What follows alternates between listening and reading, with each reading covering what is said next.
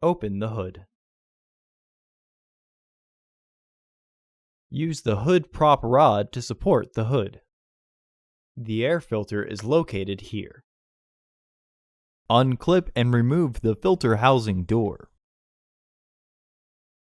Remove the filter frame by pulling outwards.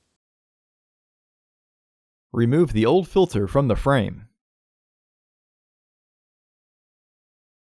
Install your new filter into the frame. Reinstall the filter housing frame. Reinstall the filter housing door. Remove the hood prop rod and close the hood. Order your parts today at filterheads.com.